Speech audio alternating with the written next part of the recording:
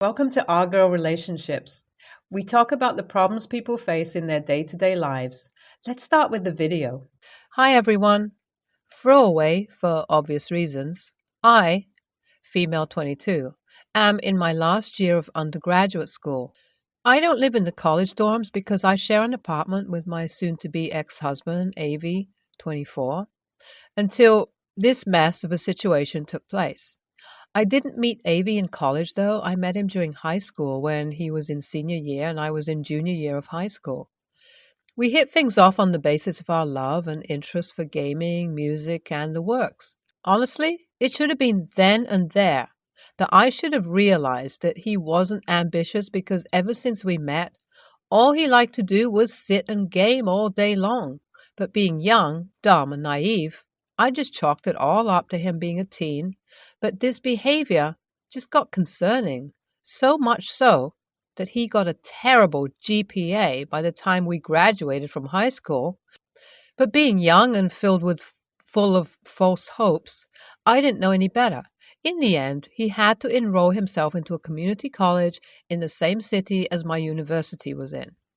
Now, I get why he would act this way. His family is very rich. Say, the kind where he wouldn't have to work a day in his life if he gets a trust fund. But his parents weren't the type to raise a trust fund baby. I mean, they were pretty entitled, classist, and prideful of their wealth on their own, but at least they knew how important it was to work hard for the money you have.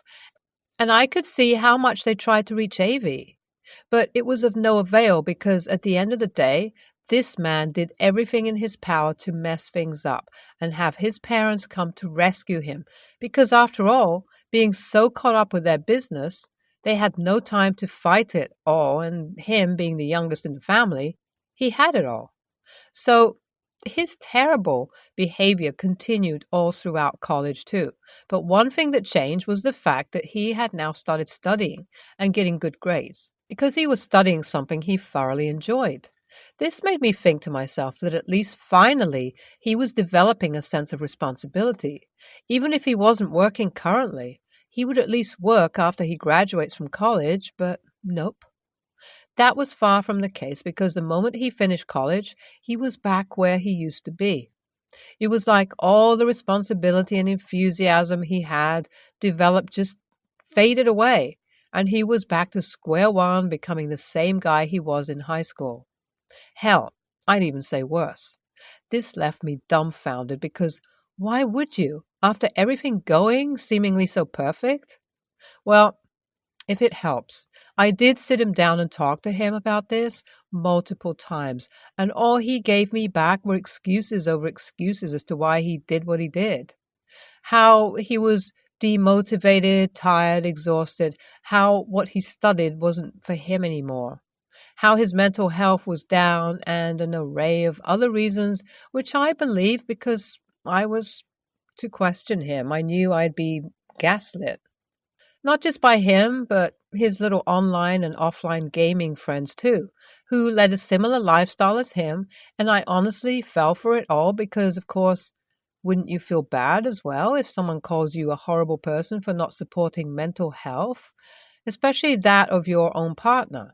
By this time, we had been dating for almost 5 years, and so by the time I was in my last year of college, my conservative parents began pressuring me to get engaged because that was the next step after dating for so long. And what would other people say? So that's what we did. We got engaged, and honestly, expecting things to get better, they just got worse. We began arguing day and night because he wasn't ready to get a job or do anything. He just wanted to sit on his butt gaming all day, and his argument to that was the fact that since he had his parents pay for everything somehow, it was all valid. But both him and I just knew that this wasn't going to last for a long time. His parents were starting to catch up on his laziness, his excuses, and they sure did. It was just a couple of months back. His parents were starting to prepare for retirement, so they had plenty of time to look after their affairs, and one of them was Avi and his constant excuses. They invited us over for dinner once, and it was a surprise to him when they started asking questions, very obviously probing into what they knew was a lie. And they didn't take very long to come to the conclusion that he was lying. I mean, it was all on his face, and by the way he was scrambling to come up with reasons. Needless to say, a huge argument ensued, and his parents cut him off completely that moment on, financially and relationship wise. Shock would be an understatement because even though I knew this was coming, I would have never thought it would be that serious, but there it was. Still, though, Avi was set to make everyone's life miserable and not get a job. Just as I was getting on the verge to break up with him, though, he pulled this. You see, I recently got my inheritance from my grandparents. It's not a ton of money, but it is enough to put me through medical school, which had been my dream since as long as I remember. So I had my parents transfer it to me in my bank account. The very same day itself, Avi sits me down to talk to me about stuff and tells me about how he wants to go back to college to pursue his master's, yada yada, and how he was hoping that I could help him with some money to pay for his course. Obviously, I denied immediately explaining the reasons and why, and the very next day took out the cash I had in my account and hid it somewhere safe because I kind of felt like he knew my account details or could easily find out. Big mistake. The very next day, I wanted some cash to buy a couple of textbooks, and as I went to my safe spot to look for it, there was nothing. I began shaking and panicking, trying to look for the money anywhere, but it was of no avail until I heard the doorbell ring, and I opened it to a delivery agent standing outside with huge boxes. I immediately knew what was happening, and it was confirmed to me when Avi came by the door and he had a scared look on his face. I immediately called the cops and told them I wanted to file a report for theft. The cops showed up soon after, and I explained to them the entire situation. It was pretty obvious Avi was behind all of this because of the way he was acting. Cops took him to the police station along with them. I followed them soon after to file a report and give my side of the story. It didn't take long for this situation to reach my in-laws, who started blowing up my phone like crazy for not bringing this situation to them before calling the cops. Now, I can't help but question myself. AITA? I decided to meet up with one of my ex's brothers, who seemed like one of the only rational people that I could go speak to in this situation. The others have been just swearing at me, calling me a villain because apparently I was wrong for not giving him a chance because everyone makes mistakes, apparently. Well, I have just avoided all the messages so far, even though it's kind of heartbreaking to see everyone, even my side of the family, who sided with Avi when he's clearly in the wrong. Thankfully, that wasn't the case of Abraham, Avi's elder brother, who came to visit me with his wife. They've always been good to me and quick to shut down Avi's stupid acts. So it was a relief to my heart when they completely understood my side and informed me that this wasn't the first time he had done something like this. In fact, he had turned the story on me, telling everyone that it was me who had actually lost the money and was lying to get money out of his parents. This was obviously not true, and I showed the PC pictures to his brother and his wife. They were honestly disappointed, and I felt terrible to see them this way. They simply just thanked me, telling me that they would talk to my in-laws about this. Now, I'm just hoping for the best. A couple of days had passed, and I heard dead silence from everyone, my family, his family, and the cops. It was only today that Avi's mom herself came over to our place and told me that she wanted to sit down to talk. I was quite nervous, so we started talking, and she apologized to me profusely for all the mess Avi had created.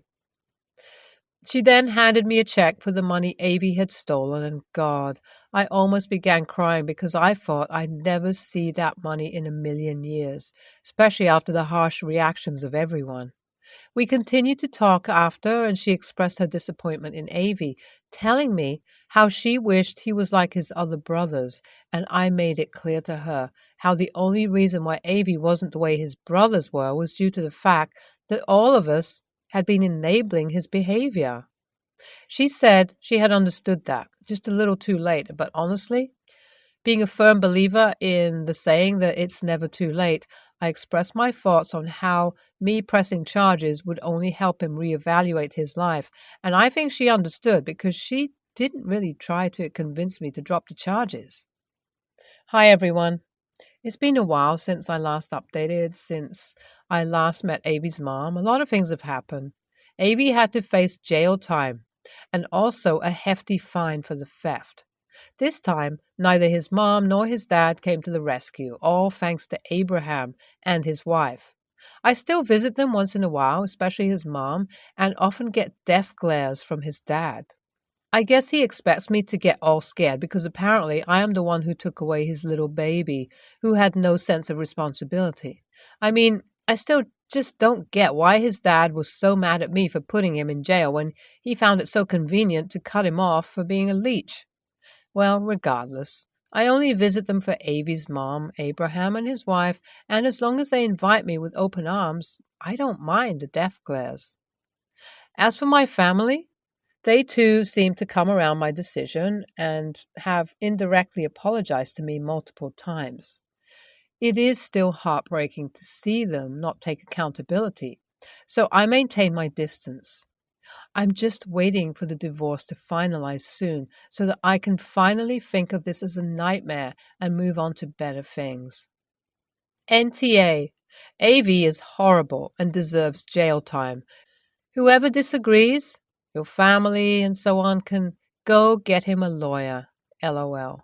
Whoever disagrees, your family and so on, can go get him a lawyer. LOL. NTA, good on you for not letting him walk all over you. That's the first step of healing. Now please do yourself good and keep taking a stand for yourself. Mother-in-law, 57, female, and I, 35, male, don't have the best relationship. To be honest, I don't like her because of what she did to my husband, 36, male, her son. She disowned him when she found out he was gay and didn't talk to him for around 10 years. She only got back to her son's life 3 years ago after she reached out to him. I didn't even know her. She didn't come to our wedding either.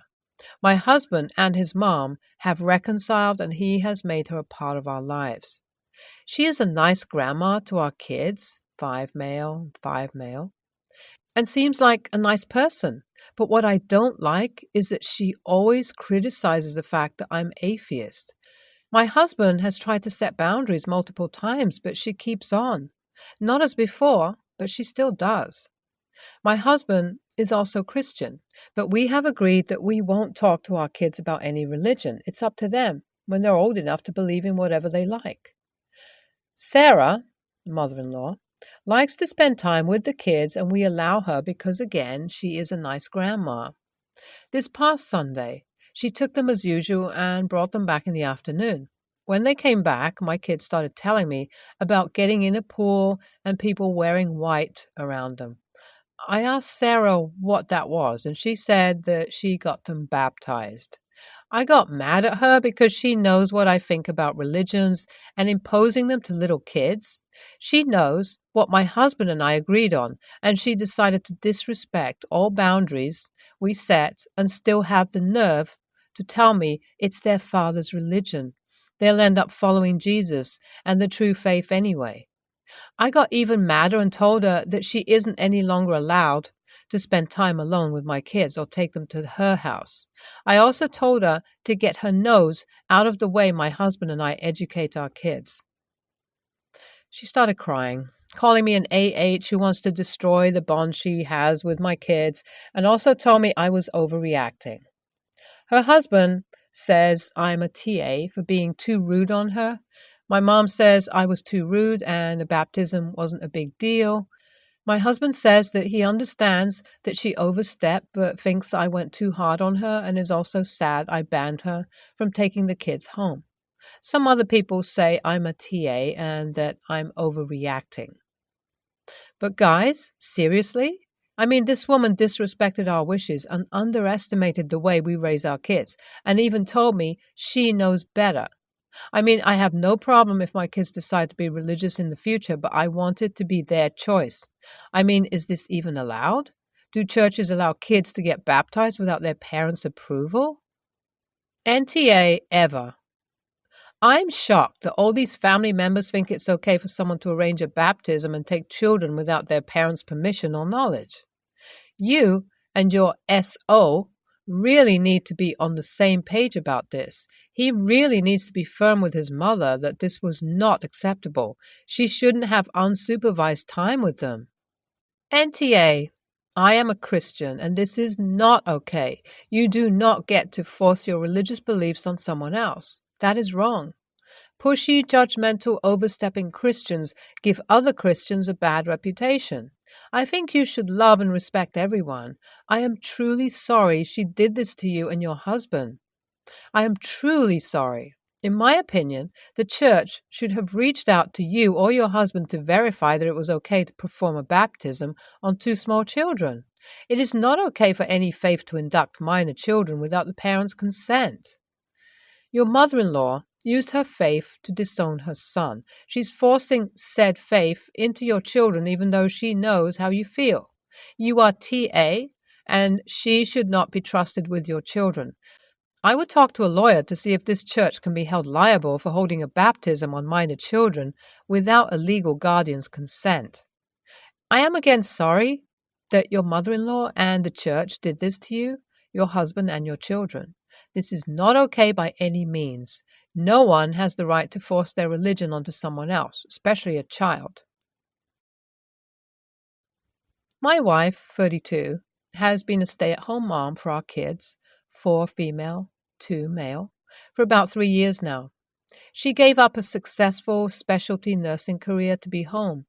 I've been working from home since COVID, and 6 months ago, I took a job which doubled my salary, $130,000 to $255,000. I was clear that this would require more work than my last job, not outrageously so. Still, about 40 hours with some travel and occasional after-hours meetings. I took the job, and in that 6 months has allowed our family to move to a larger home in a better neighborhood, have a reliable cleaner, landscaper, etc. I've arranged my work schedule to be 8 till 4 p.m., eating lunch at my desk. I don't mind at all, so I can be off earlier to be with the kids. Occasionally, I'm starting to travel for 1 or 2 night trips every few weeks. Tonight, there was a small dinner, happy hour, which is a 30-minute drive away for 4 p.m. to 6 p.m. I told her the event was a happy hour from 4 to 6. A few people were late, so it didn't really start until 4:45 p.m., and I made the decision, keeping her informed, that I would be later, leaving at 6:30ish and getting home at 7:15 p.m. She got mildly upset over text that it was unfair, but I made the decision to stay. She's upset because a trend with her for these events is wanting me to set a time and leave at that time.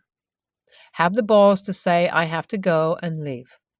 Fairly strictly, since the event isn't required. My opinion is going to these events are valuable, especially new to a company, and the reality of the situation is dynamic. It could go over by an hour. Not hitting the bars all night on a whim with coworkers, that's unreasonable. But the dinner, whatever, could go longer, and the better choice is to take advantage of those rare networking opportunities. AITA for wanting to stay later at a work dinner at a new job that is going later than expected when my stay-at-home wife is home with the kids.